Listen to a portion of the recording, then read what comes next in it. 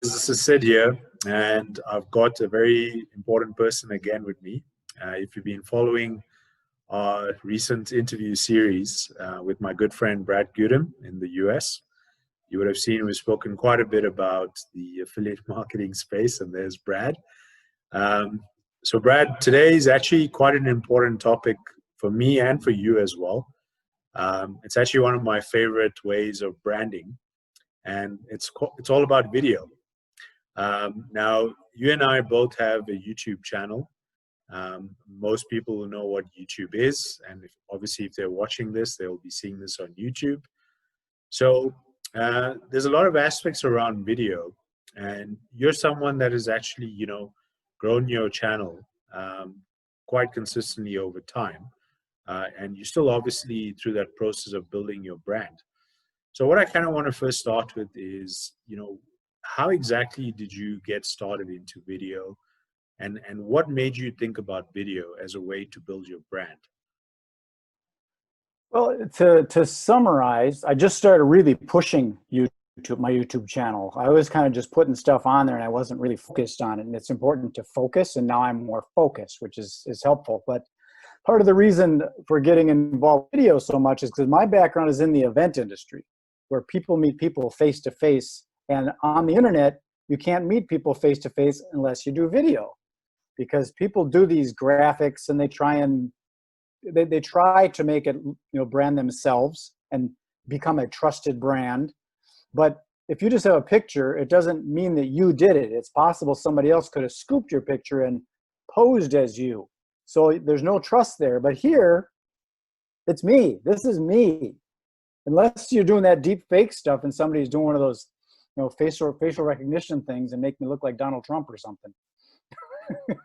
So that's why I think it's really, really important, because it's the closest thing, in my opinion, to being live and in person. And you can hear the cadence in my voice and the emotion, and I can raise my voice and lower my voice, whereas text can't do that. It can either be lowercase or uppercase, And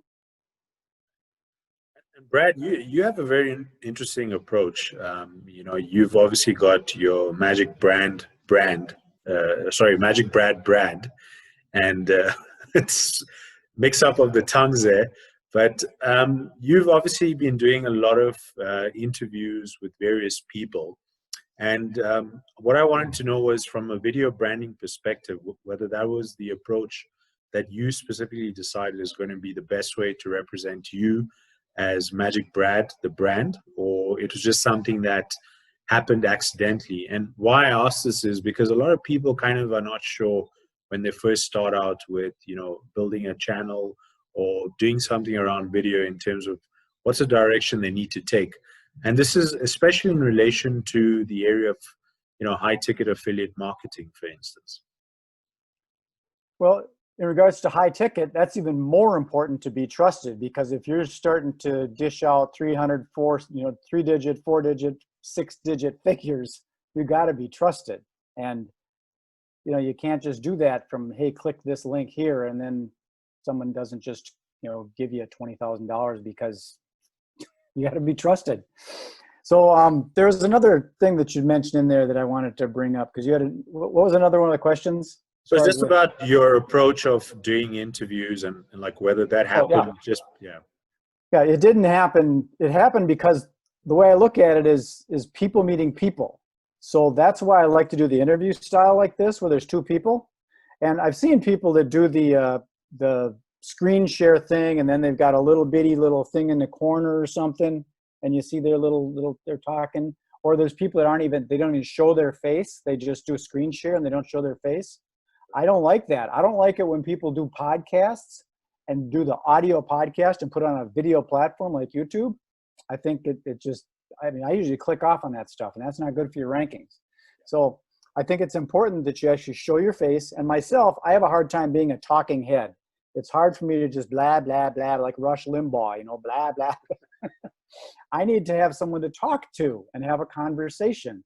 And what happens when you talk to each other, you can oppose or agree, and you can come up with more ideas. And all of a sudden you get this aha that, oh, that's a good idea. That'd be so much easier to do that. So I like to interact with somebody and talk back and forth and have a real human conversation. That's why I like to do the video and do the interview style, because the other thing about it is I'm working on a thing right now with a local guy. He calls himself the Digital Concierge. And we're doing a 3-video series, like a webinar series on lead generation, relationship management, and closing the sale. So I'm interviewing him, and we're doing it on Mondays, Marketing Mondays.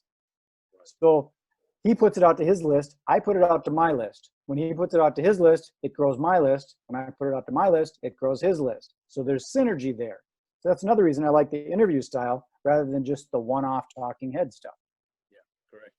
And well, that's a very important point that you mentioned, because when we started this whole process of interviews between us, the idea also was along similar lines of, you exposing or we exposing us to like different people, like our guys, your prospects, let's say. But another important point that you mentioned is that, the whole aspect of interaction. And the thing is, during these times, when it's very difficult to kind of meet with people in general, from that aspect, I believe video becomes more important, not just in terms of, a session which is recorded, but having conversations like we're doing now. And that could also apply to video calls. And I think that's why it's really important to think about video as a way to position your brand.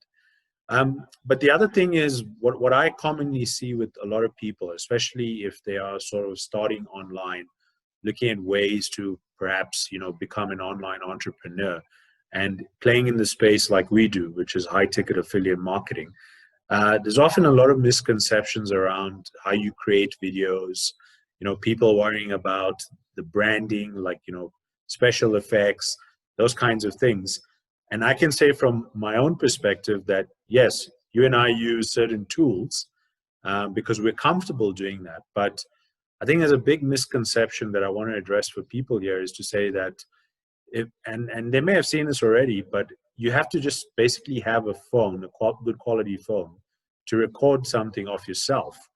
And that's all you need as a start. So what thoughts do you have about that as well? I'm an advocate of raw and real. When you get into all the editing and stuff, not only does it take a lot of time to edit it and put all those special features and all that kind of stuff in there, it's inauthentic. It's not real. So when someone does those filters and stuff and makes you look more attractive than you actually are and stuff like that, I don't like that. I like, if you've got a dog at home and the dog jumps on the table or something, that's real. Then I know you're a real person. Or if the kids come in, that's life. And I like that authenticity. In fact, it reinforces more when I see someone and they like here, I'm not slamming on you or nothing, but you're not on a beach. We know that. Yeah. So that's kind of okay, because I believe that you're not on a beach and it's just a green screen. But if you're trying to trick me and have, like you're in a coffee shop and there's people walking behind you, but I can tell I see the same person walking by every 10 minutes. Yeah. And I realize that it's not real. Right away, you lose credibility. So if it's obvious that it's a green screen, that's different than if you are trying to trick somebody thinking that, yeah, here I am in my mansion with my Lamborghini behind me, that kind of thing. You lose credibility. And I just interviewed someone on my show where he wrote a book about, like, I think it's about honesty or truth. And he talks about, like, C-level executives, they need to be blatantly honest and sincere as a leader. And that is the way it is, especially with this new generation. If they don't trust you, they just go somewhere else. Very important point. And I think, you tend to see some channels, especially on YouTube, because it's a very popular platform, where you, over time with experience, you kind of see which people are kind of genuine, which are not. I know, for instance, a friend of mine who, pretty much grew her channel over the time of 2 to 3 years to about 40, 50,000 subscribers. And she really did nothing special. All she was doing was recording her videos on a normal phone. And she just provided authentic messaging, which I think a lot of people connected with and they were able to follow. So it's very important in any form of marketing, not just, high ticket affiliate marketing, that you come across as an authentic brand and you present exactly who you are, because really there's only one of you. There's only one Magic Brad. There might be a That's right. copycat somewhere along the lines, but at the end of the day, we know what is a genuine Magic Brad that's there. And, and unfortunately, yes, you're right. There are too many people that come on board trying to create, fast traction with the likes of a YouTube to, grow their subscribers and that sort of thing. And, obviously they try and copy someone and never comes across as being genuine. So from that perspective, I mean, I know, for instance, and I think you can honestly say this is, yes, you've grown your channel to a certain level of subscribers. You may not feel you're not at a certain level, but you've created a brand where you've seen some positive results as well. So maybe if you just want to touch upon that as well. Well, what came to me right away, and I didn't realize this at first, that subscribers is not all that important.